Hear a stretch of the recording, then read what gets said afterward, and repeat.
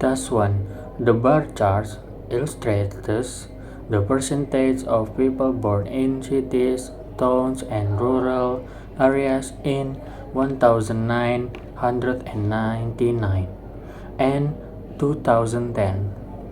In 1999, the majority of people, both born in and outside Australia, resided in cities. Around 80% of Australian born individuals and 60% of those born outside Australia lived in urban areas. Rural areas were the second most common living location, with approximately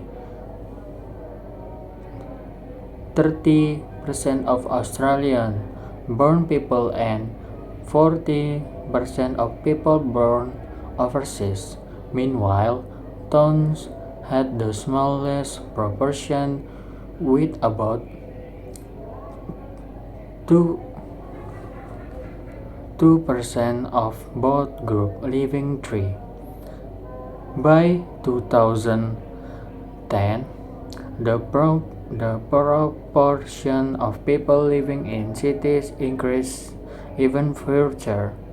Around of Australian-born individuals and 18% of people born outside Australia lived in urban areas. In contrast, rural population declined, particularly for people born outside Australia, with less than 10% living in rural areas. The proportion of people living in towns also slightly decreased to around 15% for Australian born and under 10% for people born abroad. Overall, the data show a significant shift towards city living over the 15 years period, especially for people born outside Australia, while population in rural areas decline. Thus, too, rich countries frequently provide financial aid to poorer nations, but this alone often fails to resolve long-term poverty, while monetary assistance can address short-term issues. I agree that developed countries should also offer alternative forms of support to promote sustainable development. Financial aid can be helpful. Emergencies such as natural disaster or humanitarian justice, providing essential resources like food, medicine, and shelter, homeware in many cases. Direct financial assistance does not tackle the root causes of poverty and can even contribute to corruption or misuse of funds. Without proper systems in place, money may not reach those who need it most, and countries may become reliant on aid rather than fostering self-sufficiency.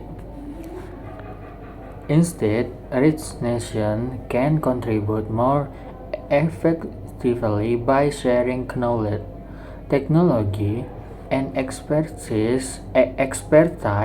For instance, sending agricultural experts to teach modern farming techniques can improve food security and increase local productivity, similar, providing educational resource, scholarship, and teacher training programs can enhance human capital, empowering future generations to build stronger economies.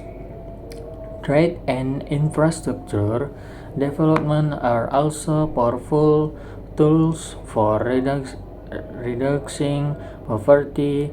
Development countries can support poor nation by promoting fair trade policies, investing in infrastructure like roads and energy system, and facilitating access to global markets.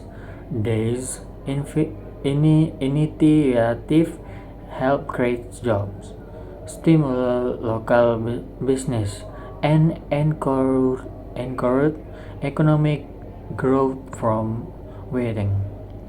In conclusion, while financial aid has its place, development nations should prioritize capacity building efforts, knowledge transfer, and fair economic policies to support poor countries.